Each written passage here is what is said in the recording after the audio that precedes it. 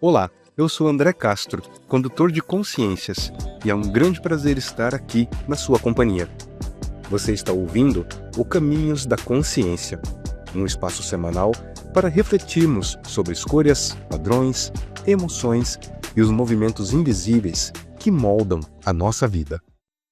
Olá, mais uma vez é um prazer estar com você aqui no Caminhos da Consciência. E hoje eu gostaria de trazer um pouquinho para você do conceito de sistema de crenças através da visão do Theta Healing. Eu vou mesclar um pouco hoje aqui neste programa a espinha dorsal do Theta Healing, que são os sistemas de crença, junto a um conceito abordado por Debbie Ford em seu livro Como Entender o Efeito Sombra em Sua Vida. Por que pessoas boas fazem coisas ruins? Ela tem neste livro uma série de máscaras que ela apresenta sobre algumas dificuldades, sobre alguns sistemas de crenças que ela costuma chamar de sombras, que se fazem presentes em algumas pessoas. Logicamente que eu não vou generalizar que todos os homens utilizam a máscara do bom moço ou do durão, né? Ou que todos nós homens somos mártires, que as mulheres são todas boas moças, são duronas e por aí vai.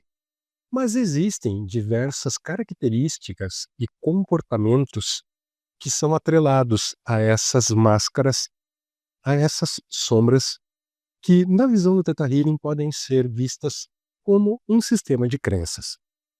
Eu sempre gosto de dizer e de pensar que as terapias que nós oferecemos, os processos terapêuticos, sejam eles de natureza apenas entre aspas, psicológicas ou as espirituais, elas sempre nos levam para o mesmo caminho.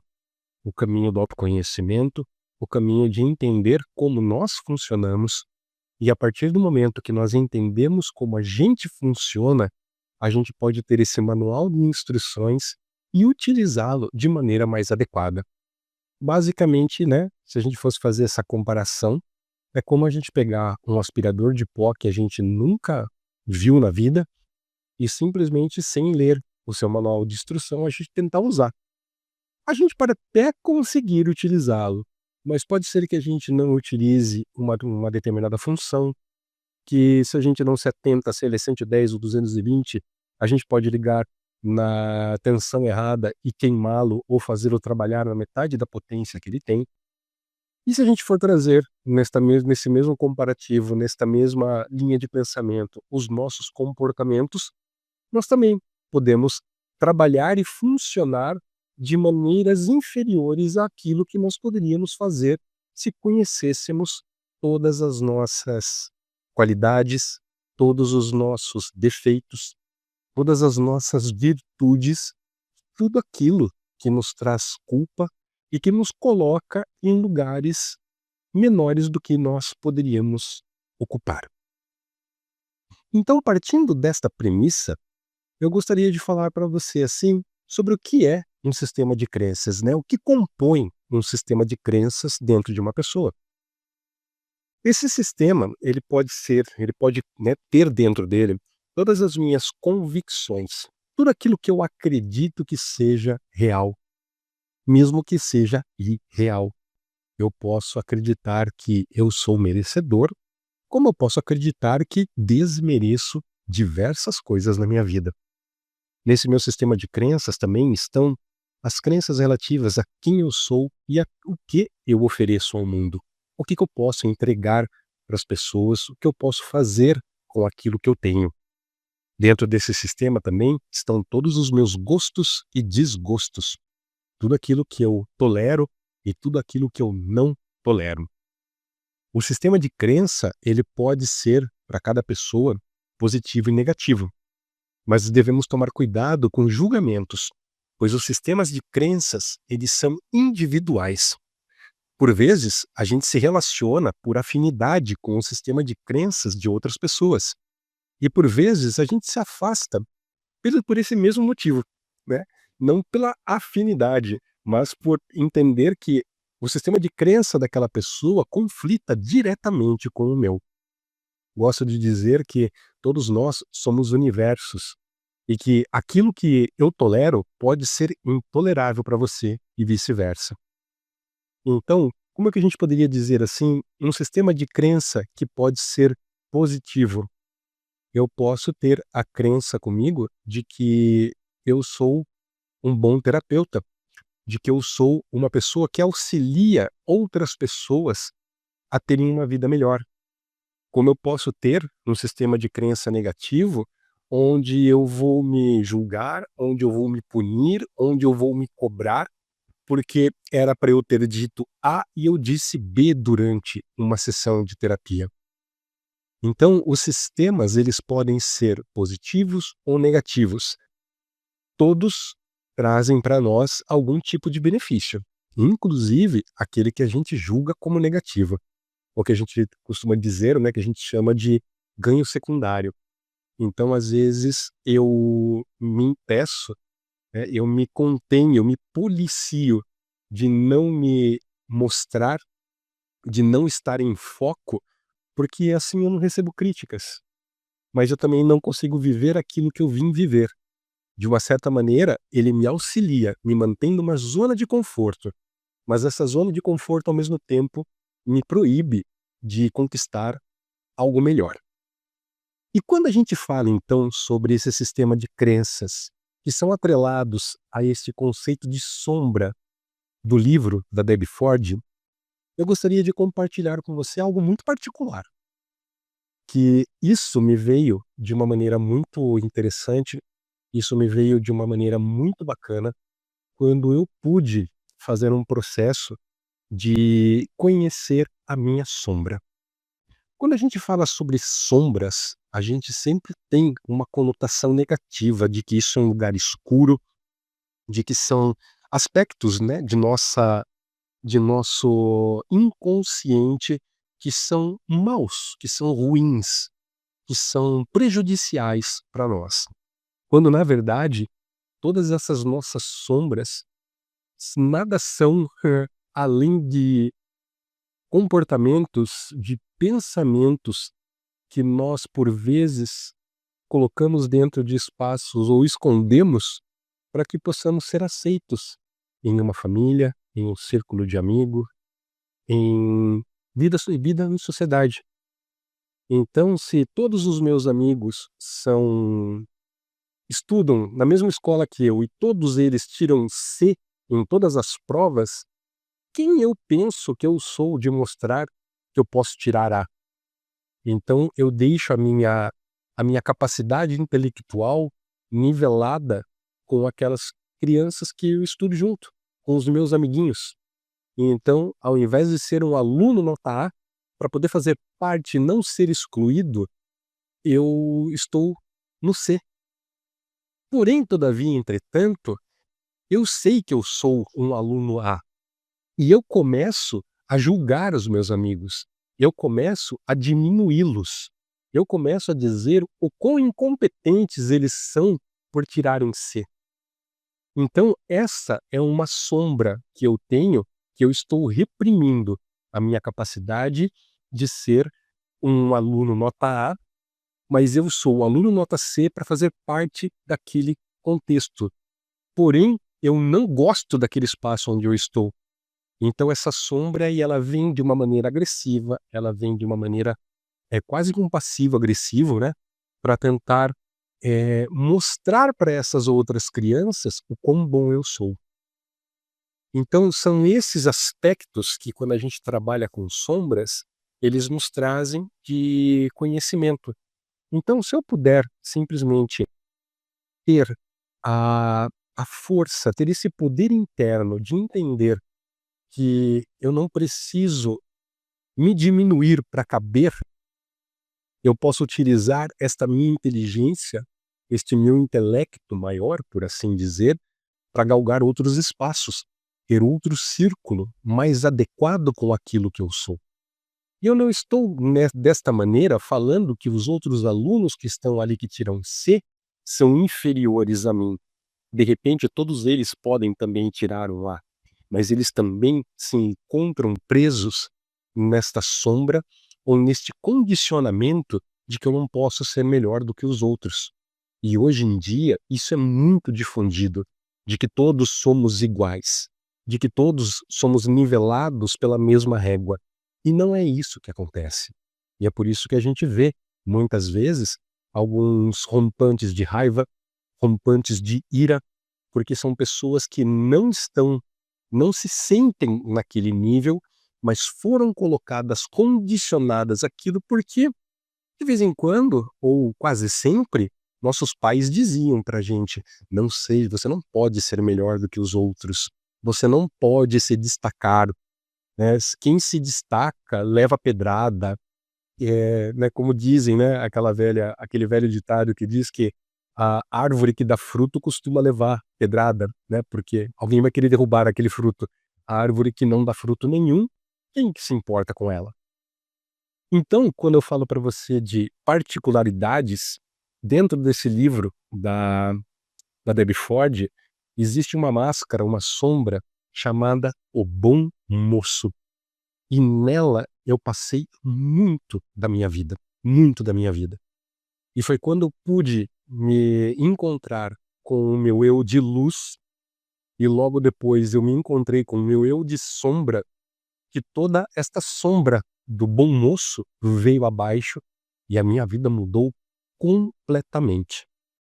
Então ela costuma colocar neste livro, né, neste conteúdo que ela compartilha com a gente através do livro, ela coloca o conceito dessa máscara, ela coloca qual é a vergonha que essa máscara esconde e qual é o desafio que nós enfrentamos para integrar este aspecto dentro da gente. Então, quando a gente fala da sombra, eu não estou excluindo ou a eliminando quando eu a trago para minha consciência. Eu simplesmente a integro dentro de mim. E ela começa a me trazer uma força que eu nunca imaginei que eu pudesse ter dentro de mim. Então, as características desse bom moço seriam, segundo Debbie Ford, desta maneira: o bom moço, como lhe falta coragem para pedir o que quer diretamente, o bom moço oculta os seus desejos por trás da desculpa de que está ajudando você. Amistoso, simpático, compreensivo e atencioso, o bom moço acredita que, se fizer você feliz, será feliz também. O bom moço é o amigo em que todo mundo pode confiar. O treinador atlético da criançada, o líder sempre a serviço da comunidade. Ele pode até optar por ser professor, agente de seguros, pastor ou terapeuta, pois se sente à vontade em situações em que o centro das atenções são outras pessoas em vez dele mesmo. Em algum momento da sua vida, o bom moço decidiu que ser ousado e direto significava problemas, especialmente com as mulheres. Por isso, aprendeu a guardar as suas opiniões e emoções fortes para si mesmo. À medida que os anos passam, o bom moço descobre que não tem mais como extravasar os sentimentos e, por isso, ele está propenso a cometer atos passivo-agressivos e raros, mas brutais ataques de raiva, cuja intensidade muitas vezes não condiz com a situação. Quando tem chance e ninguém está olhando, o bom moço às vezes se compraz em fazer coisas não tão gentis. Cortar a frente dos outros motoristas, subornar o guarda, xingar a esposa ou os filhos sem que eles ouçam, até cultivar fantasias de destruição ou adultério, dão ao bom moço um alívio momentâneo à repressão de sua fachada. A vergonha do bom moço, sem força moral, prejudicial, egoísta, manipulador, um mau sujeito. Não é que ele seja tudo isso, mas é o que ele sente que ele é, tá ok? E o desafio do bom moço? O desafio do bom moço é fazer as pazes com o seu eu cruel, zangado e às vezes mau. Como o bom moço viveu a vida toda sendo um escravo para obter a aprovação das outras pessoas, o seu desafio começa quando ele decide colocar as próprias preferências no topo da lista. o próximo passo evolucionário de todo homem que usa a máscara do bom moço é manifestar de maneira mais aberta os seus pedidos e desejos, em vez de esperar que eles sejam satisfeitos num passe de mágica, caso ele seja gentil o suficiente. O desafio maior do bom moço é perceber que ele não é tão gentil assim a ponto de devotar a própria vida aos outros, enquanto ignora a si mesmo. Depois que o bom moço percebe essa armadilha, ele pode canalizar a energia que focava nos outros na tarefa de fazer das suas necessidades a prioridade máxima e criar uma vida baseada na honestidade e no poder autêntico. Então, quando eu tive a oportunidade de realizar alguns trabalhos com a minha sombra, eu me encontrei, em um primeiro momento, com uma pequena parte das minhas, como é que eu posso falar para você, das minhas qualidades ocultas, também conhecidas como sombras, que se chamava Clara Cabisbaixa. Eu me encontrei em um exercício, em uma prática, onde eu converso com partes da minha personalidade que estão escondidas, né, que foram reprimidas para que eu pudesse caber em algum lugar. E quando eu converso com essa pequena, ela fala assim para mim que ela me mostra como se fosse uma miniatura de um container. E ela pede assim para que eu abra aquele container, e quando eu abro eu começo a entender tudo o que esta sombra do bom moço trazia. Que eu sempre ficava esperando que as pessoas percebessem as minhas necessidades e as nutrissem. Então, como até dei um exemplo dias atrás, durante a gravação de uma participação no podcast do Paranormal Experience, eu estou com sede, mas eu espero que você me ofereça um copo d'água. E se você não me oferece um copo d'água, eu continuo com sede porque eu não consigo olhar para você e dizer: você pode me dar um copo d'água? E neste contexto, nesta dinâmica, esta pequena chamada Clara Cabisbaixa me mostrou tudo o que eu deixei de viver porque eu esperava que os outros percebessem e me entregassem. Então, quantas aventuras eu deixei de viver, quantos lugares eu deixei de conhecer, quantas pessoas eu não tive a oportunidade, o prazer ou o desprazer de ter contato, todos os beijos que eu não dei, todas as coisas que eu queria e não ganhei, porque eu deveria ter dito e não esperado que alguém atendesse aquilo para mim. Eu precisava tomar a frente da minha vida. E num segundo momento, quando eu me encontro com este meu eu de sombra, que às vezes a gente fica com muito medo de encará-lo, porque a gente acha que a gente vai espanar ou que a gente vai deixar vir de pior, do que aquilo que nós temos de pior dentro da gente vai tomar forma e se manifestar. Ele pôde olhar para mim e dizer que se eu pensava que era aquele André de luz que me fez entrar no caminho do autoconhecimento, que buscou entender o que acontecia, que buscou melhorar de vida, eu estava completamente enganado, porque quem tinha feito aquele movimento era ele, era o meu eu de sombra, porque ele não aguentava mais estar onde ele estava, e ele precisava de mudanças. E foi através desta energia, desta sombra, que muita coisa mudou na minha vida, e eu digo para você que é até por conta dela que eu estou hoje aqui falando neste programa de rádio, que eu estou aqui hoje tendo o prazer, tendo a minha missão de vida sendo colocada em prática, compartilhando esses conhecimentos contigo, compartilhando essas percepções com você e auxiliando um grande número de pessoas a melhorar de vida. E se você quer saber um pouquinho mais sobre isso, eu te convido a visitar e me seguir lá no Instagram. O meu perfil é o eu.andrecastro e lá você encontra bastante coisa sobre comportamento humano, sobre espiritualidade e sobre mudanças, né, de ciclos, como que a gente pode melhorar a nossa vida. E caso você queira um atendimento mais direcionado, você pode me acionar também através do WhatsApp, que é o 11 97600-6792. Então, retornando aqui, o que eu posso falar para você é que quando a gente traz essas sombras para o nosso entendimento, quando a gente traz esse sistema de crença que sustenta essas sombras que a gente tem dentro da gente, a gente consegue fazer com que ela deixe de guiar os nossos bastidores e ela começa a servir a gente. Então a gente deixa de ser comandado por aquela raiva que nos faz destruir e a gente começa a utilizar essa energia para cocriar uma vida melhor, para cocriar espaços seguros para quem nós somos. Quando a gente não tem a consciência dessa nossa sombra, por um exemplo, quando a gente não sabe impor limites, e utilizar uma barba gigantesca e um corpo extremamente forte, não tão forte, mas mais inchado, mais obeso, para afastar pessoas, porque eu não sabia dizer não para quando elas vinham pedir coisas que eu não queria fazer, ou que eu não tinha condição de oferecer. Mas eu precisava ser aquele bom moço, né? Então eu tenho que falar sim. Então eu encontrei uma maneira de não olhar para aquela sombra e deixar com que o meu corpo, a minha aparência, assustasse pessoas.